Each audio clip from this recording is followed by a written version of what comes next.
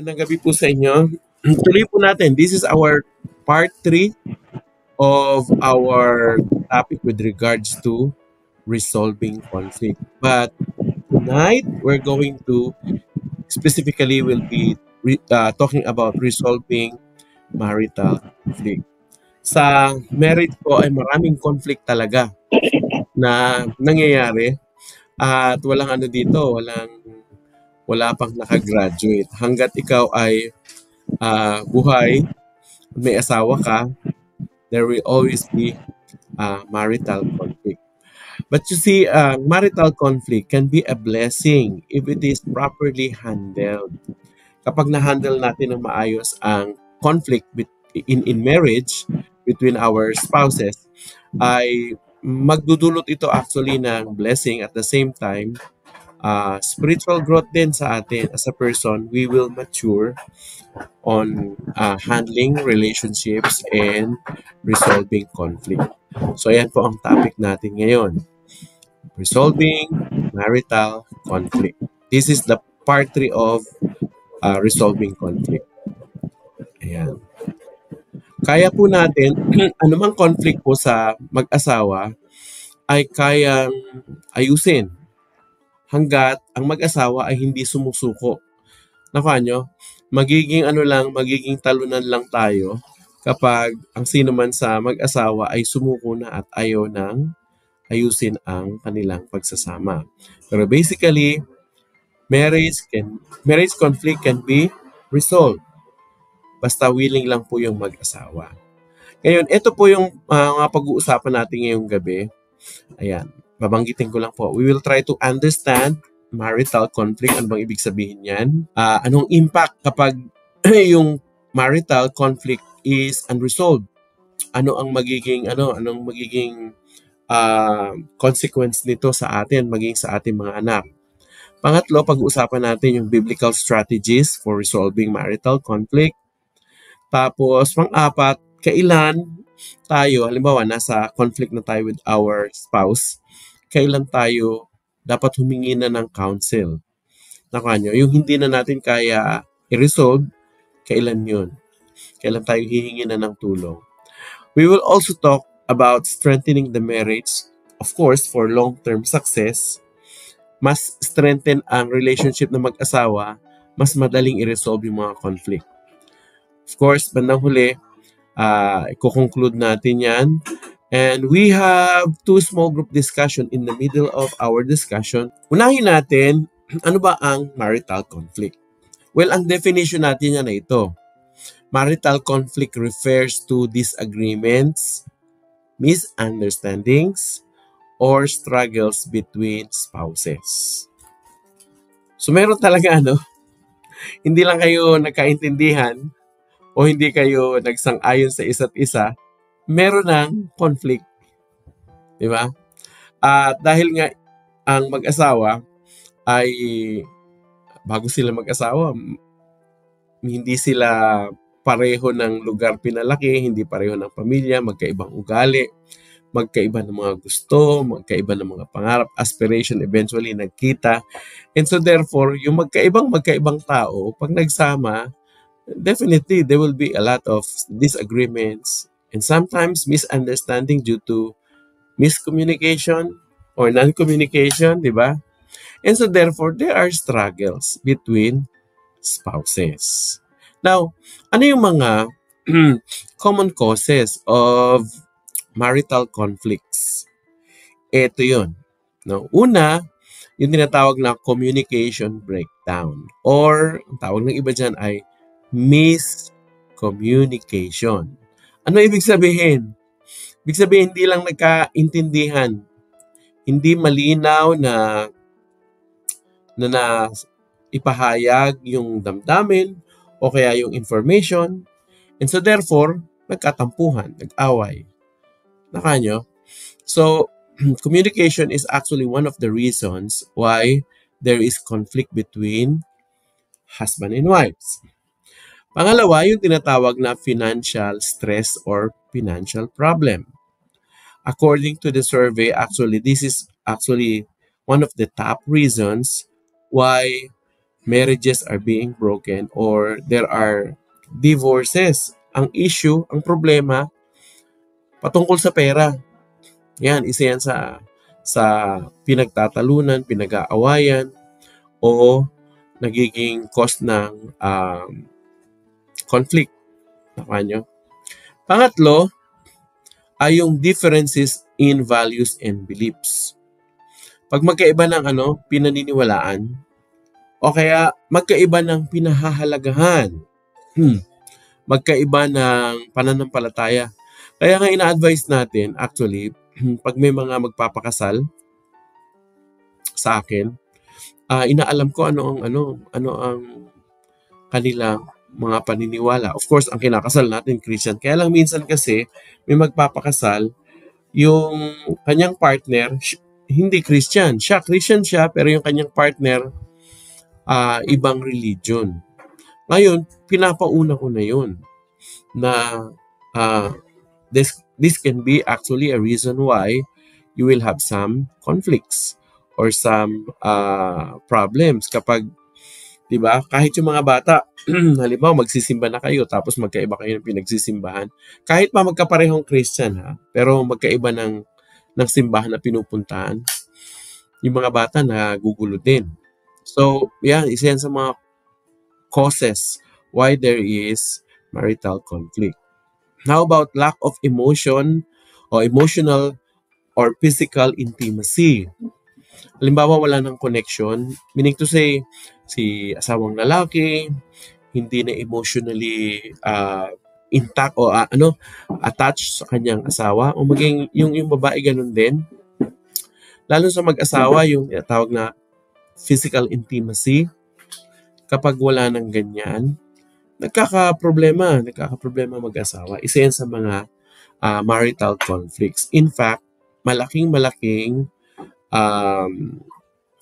portion ng mga dahilan ng pinag-aawayan ay yung lack of emotional or physical intimacy. Another is the unrealistic expectation. Ano ibig sabihin nito? Merong kang inaasahan sa asawa mo pero hindi naman realistic. And so therefore, dahil nga hindi realistic, most likely, malaki ang chance na mabigo ka. Pag nabigo ka, magagalit. And so therefore, this will be one of the reasons why there will be conflict. Parenting disagreements. Ayan, yung magkaiba ng pananaw kung paano nila palalakihin yung kanilang mga anak. Halimbawa, yung isa ay namamalo, yung isa hindi. Yung isa mahigpit, yung isa hindi. Kapag hindi sila nagkasundo, lalo na halimbawa, merong gustong mapangyari si daddy. Tapos, pinapakita halimbawa ni mami na salungat siya doon sa mga bata. Siyempre, magkakaroon ng conflict talaga yun. Kahit yung mga bata ay magugulo din ang kanila. Sino masusunod namin? So, dapat yung way of parenting actually should be the same or complementary. Ano pa? Isa sa mga common causes ay yung tinatawag na infidelity or cheating. Yan. Malaking malaking reason kung bakit nagkakaproblema ang mga mag-asawa. Another thing ay yung in-laws. Lalo na kapag nakatira pa sa mga biyenan o sa mga kapatid, nasa isang bubong pa, di ba? Isa yan sa mga common reason bakit may away. Another thing is yung tinatawag na boredom. And so therefore, yung boredom leads to having some vices. Dahil bored si tatay o kaya si nanay na lululong sa sugal, maraming sugal. Lalo ngayon, ang sugal, hindi mo na kailangan lumabas ng bahay. Online na ang sugal. Nakuha nyo? Pero hindi lang sugal, yung tinatawag na chemical dependency or addiction, drug addiction. Yung iba naman ay hindi naman yung vice o katulad ng drugs. Yung iba naman yung nalululong sa barkada. Imbis na nasa bahay, kung kani-kaninong organisasyon o barkada sumasama. And so therefore, that becomes also one of the causes. And of course, other external influences. Nilagay ko na lang dyan. Kasi maaring meron pang iba na nagiging dahilan ng conflict. Meaning to say, if you're going to look all of these reasons why there are conflicts, masasabi mo talaga na inevitable. Meaning to say, mararanasan natin talaga one of these days na magkakaroon tayo ng conflict with our spouse. And so therefore, maganda na meron tayong skill on how to handle our conflict with our spouse. Nakanyo? Nang sa ganun, tayo pa lang, ma-resolve na natin. Kasi yun naman ang tama at maganda. Ano ang impact sa family o kahit sa mag-asawa kapag yung conflict hindi na-resolve? O, ito yung mga impact. Number one, yung tinatawag na emotional and psychological effects. Kapag hindi na-resolve, syempre, yung away ng mag-asawa o away niyong mag-asawa o away ko sa asawa ko, it causes emotional and even psychological effects. At yung na yun, yung epekto na yun will also trigger emotional and psychological effects also to other members of the family. Nakuha nyo? Ang sabi sa Proverbs 12:25, ito heaviness in the heart of man make it stoop. Ano ibig sabihin make stoop? Parang meron siyang anxiety. But a good word make it glad. Yung tao daw na mabigat ang loob niya, parang balisa, lagi nag-aalala, may anxiety. Nakuha nyo? In fact, sa CEV version, sabi, anxiety leads to depression. But a good word encourages. Kapag ang tao, laging may conflict at yung conflict matagal na hindi na-resolve, lalo na sa asawa natin, pinakamahirap kasi ang asawa natin, araw-araw natin nakikita. Tapos katabi pa sa higaan. Diba? Araw-araw natin kasama. Pag hindi natin naayos yung conflict sa kanila, naku, tayo ay maaapektuhan talaga. At kapag emotionally and psychologically affected ka, naapektuhan din yan yung performance mo sa trabaho. Kahit nga sa paglalakbay, may mga taong nabunggo, nasagasaan, nadisgrasya sa trabaho kasi iniisip nila yung kanilang conflict sa kanilang asawa. Meron nga raw pag-aaral na yung yung lalaki, yung asawang lalaki, pag umaalis yung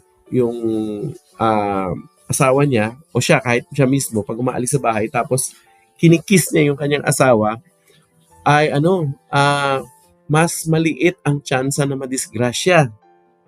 Nakuha nyo? Bakit? Kasi panatag yung loob niya. Ibig sabihin, maayos ang kanyang sama sa kanyang asawa. So there is emotional and psychological effect if the conflict is unresolved with our spouses. Ano po? Pangalawa, there are also effects on the children and of course as a whole to the family dynamics.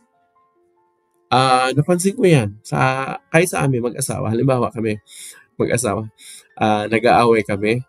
Apektado yung mga anak ko. Although isang bagay na very ko-compliment ko naman sa asawa ko. Ang asawa ko hindi siya masalita. In fact, alam ko na galit siya pag tahimik. Pag tahimik siya, naku, yung mga anak ko naapektuhan din. Tahimik din sila. Nararamdaman ko na yung mga anak ko, iba din yung kilos nila. Nakuha nyo? And so therefore, apektado talaga yung mga anak. May isa akong pamilya na tinutulungan ngayon sa Valley Golf. Nagkaroon ng problema yung nanay at tatay. Nag-abroad yung nanay, although magkalibin lang sila, pero meron kasi silang 5 anak ngayon. Tapos, pagdating sa abroad, yung Yung kanilang nanay ay nag-iisip na hiwalayan yung kanilang tatay. Ngayon, nung pinuntahan ko sila, apektadong-apektado yung mga bata. Hindi alam ng mga bata kung anong gagawin. Parang, ano na lang to, pag iniwan kami ng nanay namin, ano na mangyayari sa amin? Kasi, yung tatay, tuliri dun. In fact, yung tatay, may mga times na yung galit niya, na i-channel niya doon sa mga anak, yung mga anak ang nasasaktan. Tapos hindi na nagtatrabaho, wala nang ganang magtrabaho. So meaning to say, naapektuhan yung mga bata. At hindi lang yung mga bata, yung buong dynamics ng kanilang pamilya. Imbis na sana uuwi yung tatay ng masaya dahil meron siyang pagkain dala-dala, hindi pag uuwi yung tatay, natatakot yung mga bata kasi baka mainit na naman ang ulo. Tapos nag-aalala sila, may kakainin ba sila kasi hindi nagtrabaho yung tatay. Tapos ngayon yung mga bata natigil na rin sa pag-aaral. Because of the unresolved conflict, it affected the children and even the family dynamics. Pangatlo, pag hindi agad na-resolve yung conflict sa mag-asawa, malaki ang risk na mag-divorce o mag-separate yung mag-asawa. Sa atin dito sa Pilipinas, wala pa tayong divorce. Marami ng mga mababatas ang sumusubok na magpasa ng divorce law. Pero hanggang ngayon, salamat sa Diyos, wala pa naman. No? However, marami mga Pilipino, bagamat di sila divorce, pero they practice separation. Mapa legal separation man ito o hindi, forced separation. Yung iba, iniwan na lang talaga at pinabayaan yung kanilang pamilya. May mga ganun.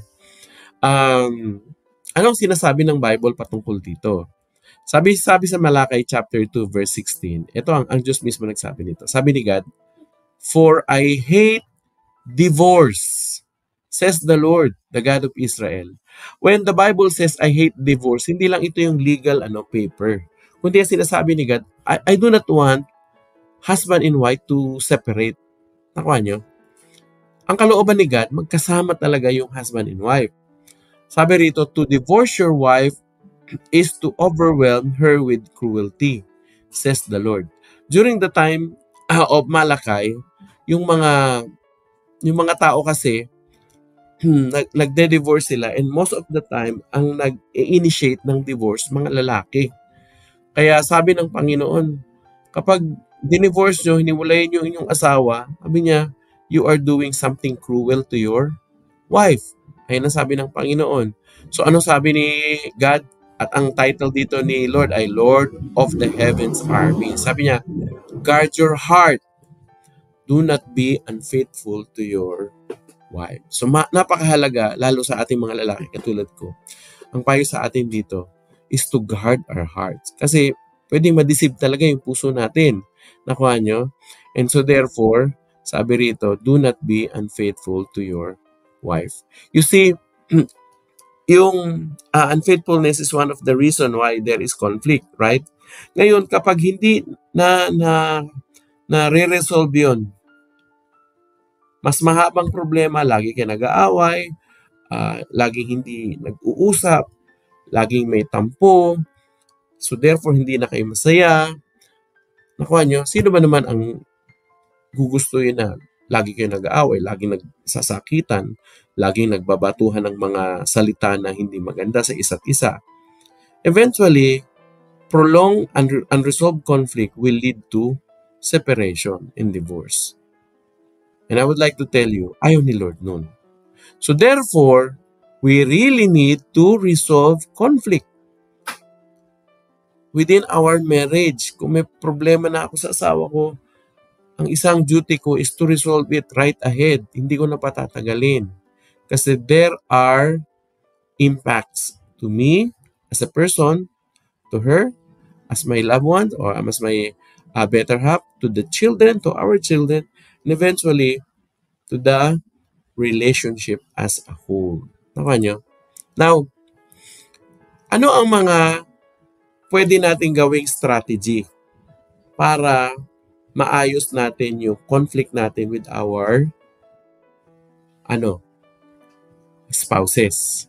So these are biblical strategies. Meaning to say, ito hindi to galing sa akin lang. Ito ay galing sa Bible mismo. Nakuha niyo, biblical strategies for resolving marital conflict. Ang number one, kung gusto natin na ma-resolve ang conflict natin with our spouse, number one, kailangan makipag-usap tayo. Communication. And not just communication, but effective communication. Nakuha niyo? Effective communication. By the way, pag sinabi natin communication, two-way yan. Hindi lang isa. No? Meron kang, ako as a person, may message ako, pero meron akong kausap at meron din yung message. Gusto ko na maintindihan yung message ko, pero ako din dapat, naiintindihan ko rin yung message niya. Nakuha nyo? So, may mga dynamics yan pagdating sa communication. So, how are we going to do effective communication? So, ito yung mga principles that you and I need to understand. Biblical principles in order for us to have effective communication. Okay? Number one, kailangan daw tayo ay marunong talagang makinig. We have to be actively listening. So, active listening technique. Yan ang una. Gusto nating ma-resolve yung conflict natin with our spouse, kailangan marunong tayo makinig. James 1:19, everyone should be quick to listen, slow to speak, and slow to become angry. Yun ang unang-unang biblical technique pagdating sa communication. Tayo ay marunong makinig. Pag sinabi ng Bible na marunong makinig, hindi lang basta nakikinig yung narinig mo yung sounds. Hindi. Kundi, iniintindi mo talaga kung ano yung sinasabi niya, ano yung message niya, ano yung damdamin niya, ano yung mga sakit niya, ano yung gusto niyang mangyari. Nakuha niyo? That is active listening technique. Okay? Kahit narinig mo yung sounds niya, pero hindi mo pa rin naintindihan kung ano yung damdamin niya, hindi successful yung listening. Nakuha niyo? By the way, ang communication, para masabi nating effective tayo sa pakikipag-communicate, dapat yung message natin clear. So clear nating sasabihin, pero hindi lang basta clear. Dapat alam natin na naintindihan ng tao na kinakausap natin. So ang tanong, paano natin malalaman kung naintindihan niya? Ang technique ito, dapat hihingi ka ng feedback. Ano yung feedback? Tatanungin mo siya, ano, naintindihan mo ba? O may masasabi ka ba tungkol doon? Hihingi ka ng feedback. Madalas kasi sa communication ganito, sasabihin ng tao, ay basta, nasabi ko na sa kanya yun. Bahala na siya doon. Kung naintindihan niya o hindi. Hindi pwedeng ganon. Ang goal ng communication is to be understood. So meaning to say, kailangan pag tayo ay nagsalita, hindi lang tayo basta nagsalita. Hihinga natin sila ng feedback para malaman natin kung naintindihan nila. At ganun din tayo. Pag nagsasalita sa atin ng asawa natin, so actively listen to them, but hindi lang ganun. Magbigay ka din ng feedback para malaman niya kung tama ba yung dating sa'yo, yung pagkakaintindi mo. So, sasabihin mo, tama ba? Ganito ang sinabi mo? Ang ibig mo magsabihin, ganito, ganyan. Nakanyo? Para nang sa ganon, malinaw yung communication.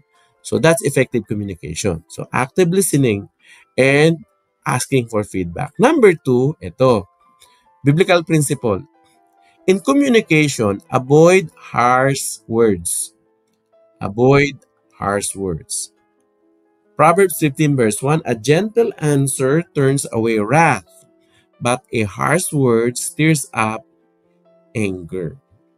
Meaning to say, sa pakikipag-usap, piliin natin yung mga malumanay na salita at yung mga salita na hindi nakakapagdulot ng galit.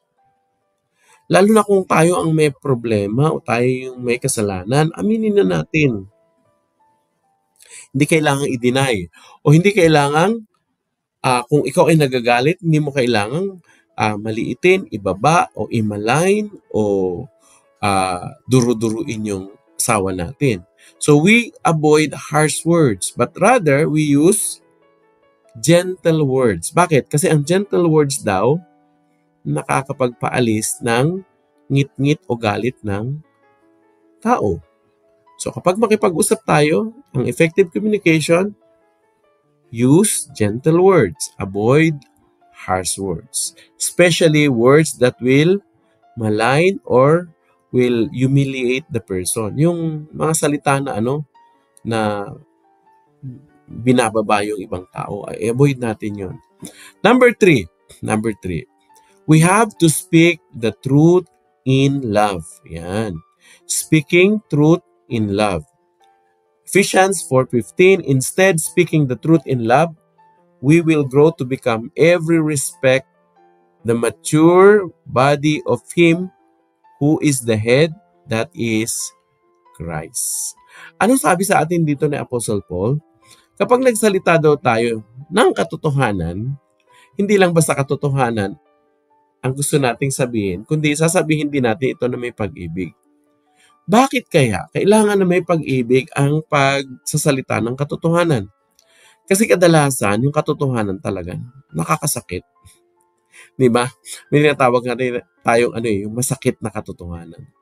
Yung totoo, pag sinabi sa'yo, tapos ikaw yun, minsan masakit talaga yun. And that's why, ang sabi ni Paul, kapag sinabi niyo yung katotohanan, dapat ito, balot ng pag-ibig. Bakit? Para nang sa ganun, madaling tanggapin. Diba? Lalo na kung halimbawa, ang i-convey mo o ang i-communicate mo sa isang tao ay yung mali niya, yung pangit niya, o kaya yung baho niya, o yung masama sa kanya. Pag sinabi mo yun sa kanya ng walang pag-ibig, it will be taken as an offense. Hindi something to resolve the conflict. Nakuha nyo? So, sa communication, 3 biblical principle. Listen to understand. Okay? How do you know that you understand? Give feedback or ask feedback. Pangalawa, avoid harsh words. Use gentle words. Pangatlo, when you speak the truth, it should be what? Enveloped or covered with love. Pag ganun ang communication natin, mas madali tayong pakikinggan. And so therefore, kapag pinakinggan tayo o nakinig tayo, na yung kalahati ng problema sa conflict, parang na-solve na eh. Di ba? Kapag naipaintindi mo sa isang tao, yung damdamin mo, yung pangyayari, yung reason mo, di ba? At naintindihan niya, o ganun din tayo, parang kalahati nung problema na solve na. O more than kalahati. Konti na lang, okay na. Nakuha nyo, kailangan na lang ng ilang prompts or ilang action para ma-resolve ito. So, ang unang-una, effective communication. Nakuha nyo? Pangalawang strategy to resolve conflict ay conflict resolution techniques. May mga gagawin kang techniques o practices. Nakuha nyo? Una, communicate effectively. Pangalawa, you practice these techniques. Ano-ano yung mga techniques na yon? 3 bagay lang po. Para ma-resolve ang conflict, number 1, you have to identify the root cause. Nakuha nyo?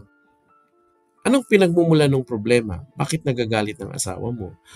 Kasi di ka pala nagbigay ng sweldo mo. Okay. Kasi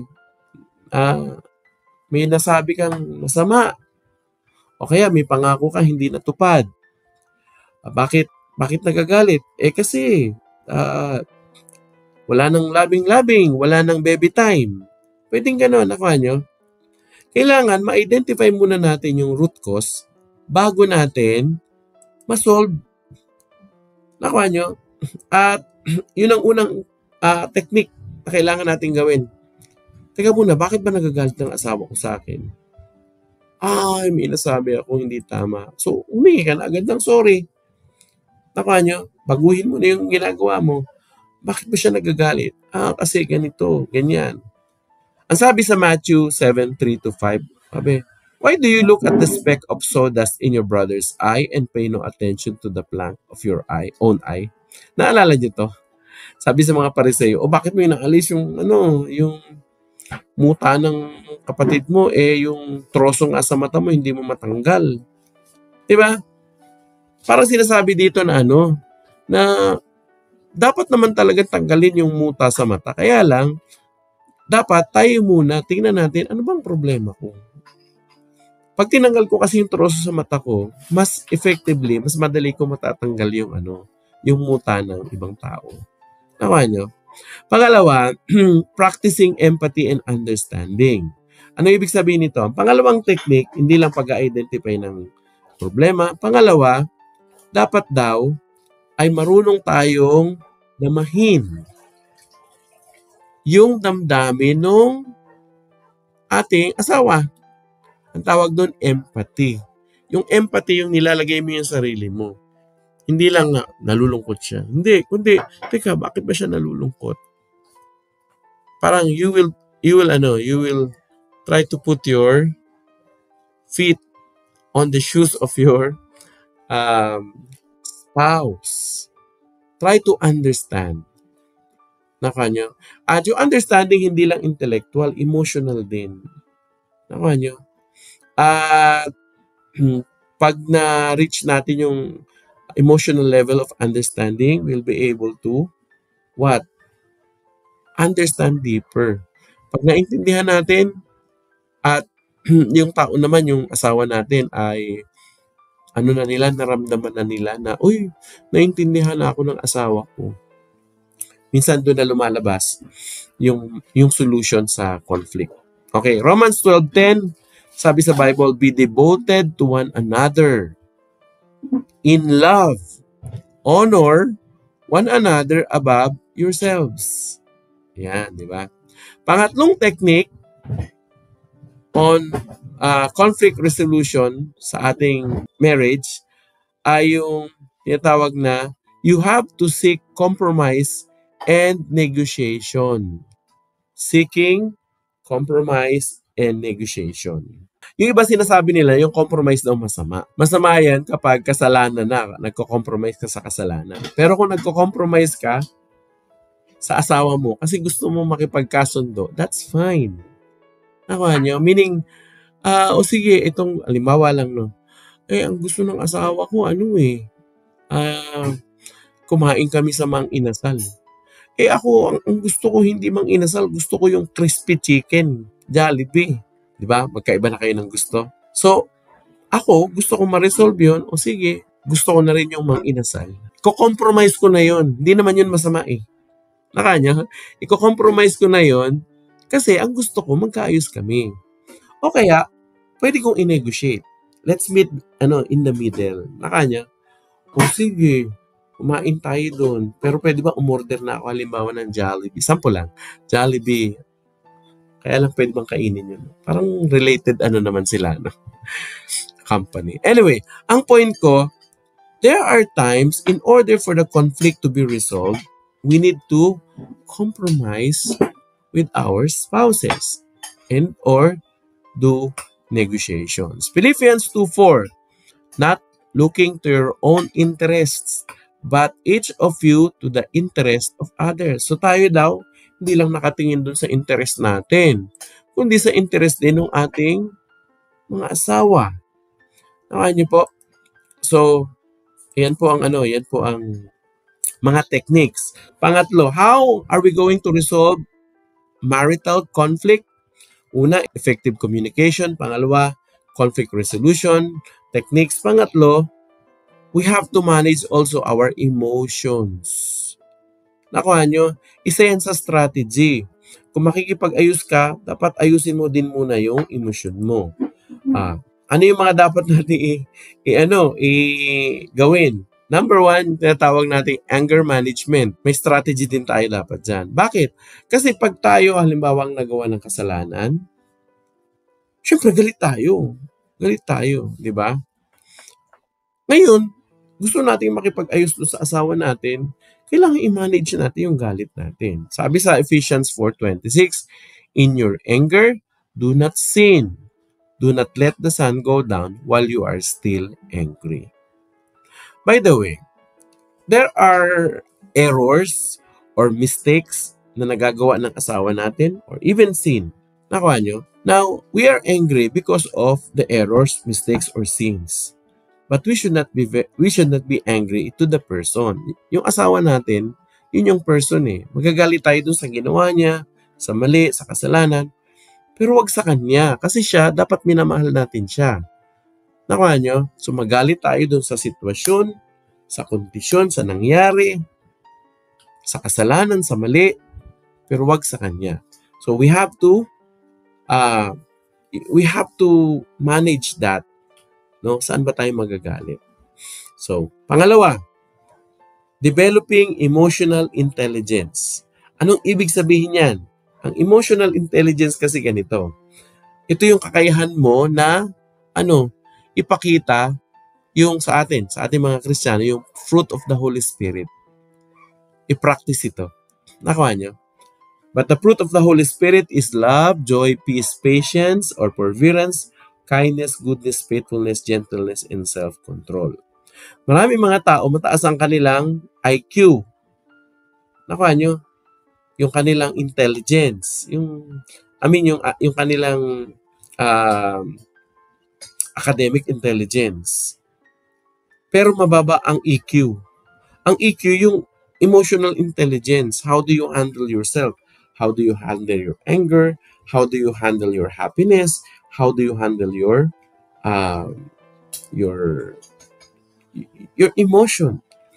Nakuha nyo?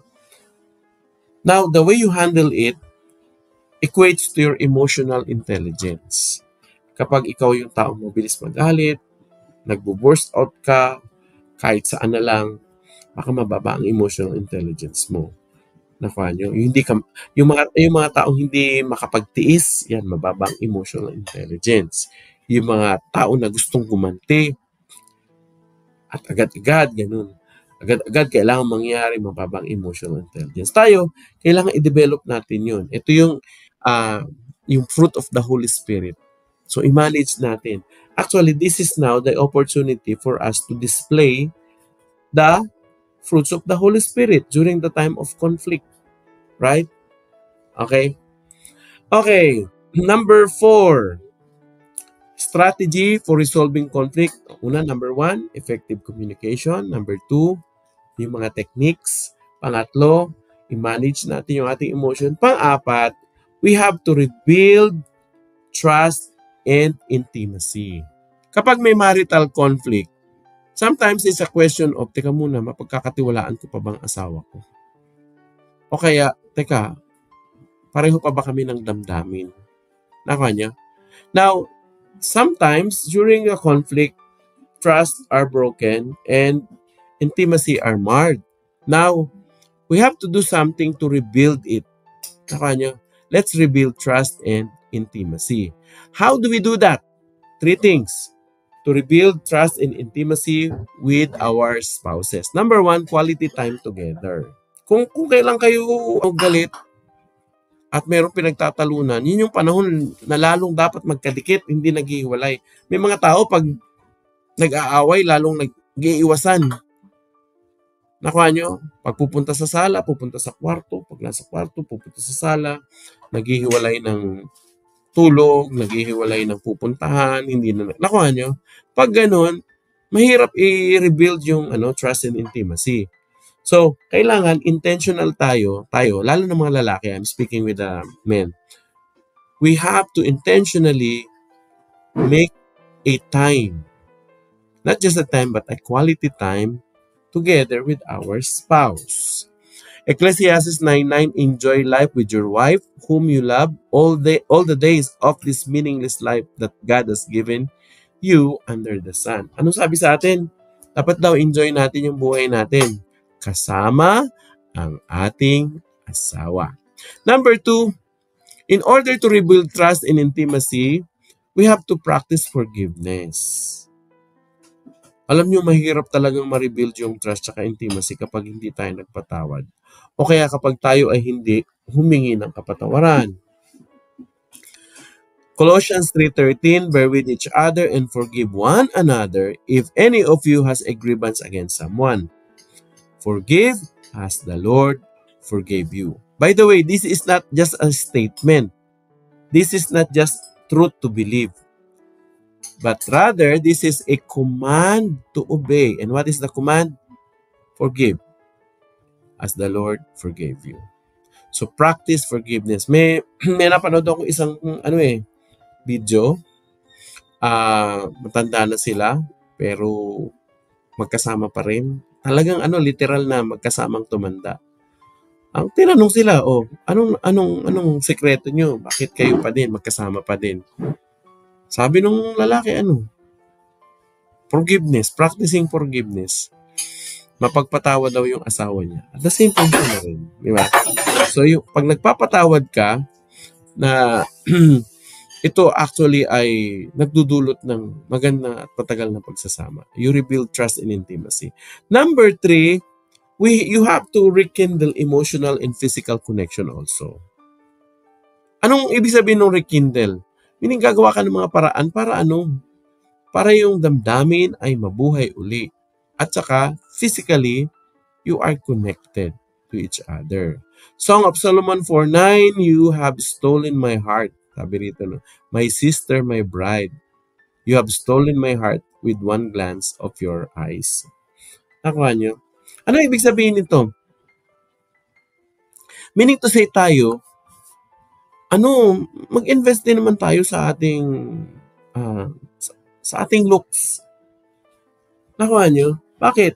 Ang dami kasi sa atin kung kailan nagkaasawa na, wala na, hindi man lang makapag-ayos-ayos. Kasi siguro hindi nyo binibigyan ng budget pang paayos yung asawa nyo. Pwedeng ganun no? Pero alam nyo, dapat sinupin natin yung ating sarili. Health-wise, syempre, yung natin, yung look din natin, di ba? Yung amoy, di ba? Yung mga bagay na yun, nakaka-rekindle, no? Kapag ang ganda mong tingnan, di ba? Tapos, ang lambot mong hawakan. Sa amin mga lalaki, no? Kapag, ang ganda-ganda mo, kaya ang pogi-pogi mo, tapos hindi lang yun, mabango ka pa. Di ba? Di ba nakaka-rekindle ng yun? Ng emotion, emotional connection, and even, eventually, physical connection. Nakuha niyo. Sa inyo mag-asawa ba, sino ang mas touchy? Alam niyo, maganda na maging, we practice physical touch as one of our, love language. Sa mag-asawa, napakahalaga niyan. Pero at the same time, hindi lang dapat lalaki ang nag-i-initiate, kahit yung babae din. Nakuha niyo? And I tell you, part of rebuilding trust and intimacy is to rekindle, pag-alabi natin, sindihan. Nakuha niyo? Ang emosyon at ang physical connection. Okay? Okay. So, ngayon po ay meron tayong dalawang discussion questions. Ito na ang tanong. Pastor June, inayos namin yung aming marital conflict. Kaya lang, it looks like hindi maayos. Nakuha niyo? Sinasabi natin na na parang hindi namin maayos. Kailan yung tamang panahon na kung saan hahanap na kami ng magpapayo sa amin o mamamagitan sa amin o tutulong para yung aming marital conflict ay ma-resolve. Ito yung mga palatandaan. Okay? Number 1, if there are now decisions that are very, very important when it comes to life, significant life decisions. Halimbawa, nag-away kayo. Tapos ang resolution, yung mag-asawa, na lang, mag-iwalay na lang tayo. Pag ganon, yun? Very important. Hindi pwede. So, it means, we need somebody to help us resolve our conflict. Pangalawa, if you need spiritual guidance. Well, basically, lahat naman ng issue sa buhay natin ay spiritual. Nakuha nyo? Halimbawa lang, no? Halimbawa lang. Sample, gumawa tayo halimbawa ng scenario. Mag-asawa halimbawa. Ganun kasi, Christian, nag-asawa, nabuntis yung babae kahit halimbawa ibang religion, tapos pinakasalan niya, pero eventually eto na, pinag-aawayan niyo na yung inyong faith. Tapos sinasabi na sinasabi na nung babae o nung lalaki na dapat iwanan mo na yung pagiging born again mo, sumama ka na sa amin sa religion namin. So, you need to seek spiritual guidance. Pwede kang lumapit sa mentor mo, sa pastor mo, o sa somebody who is spiritually mature to guide you, no? To making important decisions about your spirituality.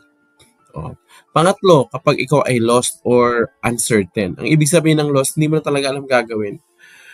Hindi ko na alam gagawin, Pastor June. Bakit? Tagal na namin pinag-usapan to. Pero ganun pa rin. Nakuha nyo? Hindi mo na alam ang gagawin, saan ka magsisimula, papaano ang approach ang gagawin mo. You might need somebody to mediate or to counsel you. Nakuha nyo? Next is, if you hit your limitations. Halimbawa, yun, yung isang case ko ngayon, mag-asawa, hindi na sila nakakapag-usap sa online, sa messenger. Bakit?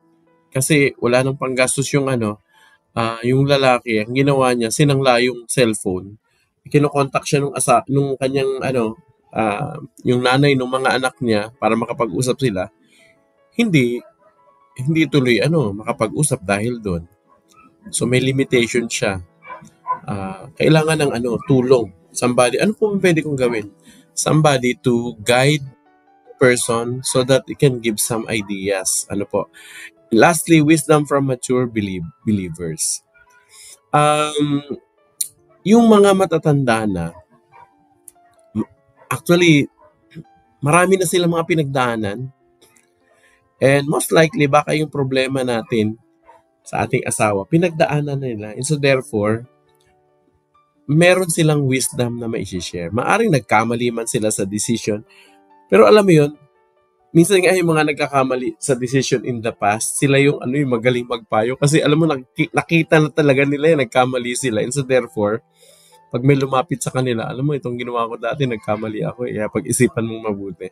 May wisdom doon. Yung wisdom kasi hindi nakukuha yan sa information lang. Yung wisdom nakukuha yan sa experience. At yung taong may experience, kapag nagsalita, yun yung wisdom na tinatawag. Applied kasi. Yung mga ideas niya, yung mga information niya, applied na. And so it becomes wisdom. Okay, so that is when you need a godly counsel and counselor. Proverbs 11:14, sabi rito, for lack of guidance, a nation falls, but victory is won through many advisors. Ano sinasabi rito? Kapag gawa ng desisyon, talino ka pa, ang buong bansa daw o bumabagsak. Pero, ang tagumpay daw ay nakakamit kapag maraming mga tagapayo. Ganun din sa buhay ng tao. Hindi lang yan applicable sa bansa, kahit sa personal na buhay. Proverbs 15:22, plans fail for lack of counsel, but with many advisors, they succeed. Kahit magandang plano mo, kung wala kang tagapayo, it may fail. But with many advisors, alam mo yun, minsan maraming tagapayo, iba-ibang anggulo. Pag kinuha mo to, pinagsama-sama mo, nakakakuha ka ng mas magandang mga tactics or strategy para ma-solve yung solution. And so therefore, you will really succeed coming from the wisdom that they are sharing to you. You also have to, itong suggestion ko, you have to find a right mentor or counselor. Nakuha niyo. Lalo na pag sensitive na yung problema ng mag-asawa o ninyong mag-asawa, ang suggestion ko, kumuha talaga kayo ng yung mapagkakatiwalaan nyo na spiritually matured minister of God or counselor. Titus 2:4-5, then they can urge the younger women to love their husbands and children. Actually, ang ano dito, ang ang context nito, sabi ni Paul kay Titus, Titus, turuan mo yung mga matatandang babae na mahalin nila yung kanilang mga asawa at yung mga anak. Nakuha nyo? Ang magtuturo, yung mga matatandang babae. Bakit sila? Kasi sila yung may wisdom na eh. Nakuha nyo? It's the same principle. In our lives, there are people who have gone through different problems in lives as husband and wife. And we can get wisdom from them. So find somebody, a mentor or a counselor that can help in your marital conflict. Now, syempre, halimbawa naayos nyo na, meron pa rin tayong dapat gawin. Naayos nyo na yung conflict. Anong gagawin natin? We have to strengthen the marriage. Bakit? Kasi, eventually, there will be challenges again or conflict again in the future. Now, if those things will come, you are now, strong because you have strengthened your marriage or your relationship together. So, we have to strengthen our marriage for a long-term success. How do we do that? Number one, we have to build a strong foundations through shared faith and values. Ano ibig sabihin yan? Kailangan kayong mag-asawa o kaming mag-asawa, patatagin namin ang aming pundasyon sa aming pananampalataya at parehong paniniwala. Kaya maganda yung mga husband and wife. You attend also a small group na husband and wife. Umattend kayo ng mga enriching seminar, di ba? Marriage retreat, family retreat, mga seminars about relationships. Pero wag lang kayong basta umattend, isama niyo asawa niyo. Tama niyo, kami mag-asawa, marami na kami mga couples retreat na naatinan. At gusto naming umattend pa ulit. Nakuha nyo? Kahit yung mga sinishare sa amin, parang yun din ang na-share. Pero alam mo, pag pinakikinggan ko, may mga bagong lights, may mga bagong insights na natatanggap. Joshua 24:15, sabi ni Joshua, but as for me and my house, we will serve the Lord. Yun yung resolve niya. Sabi niya, kaming sambahayan. Mamahalin namin ng Panginoon at paglilingkuran namin siya. Hindi lang ako, sabi niya. Hindi ang aking buong sambahayan. So yun, strong foundation through shared values and relationship.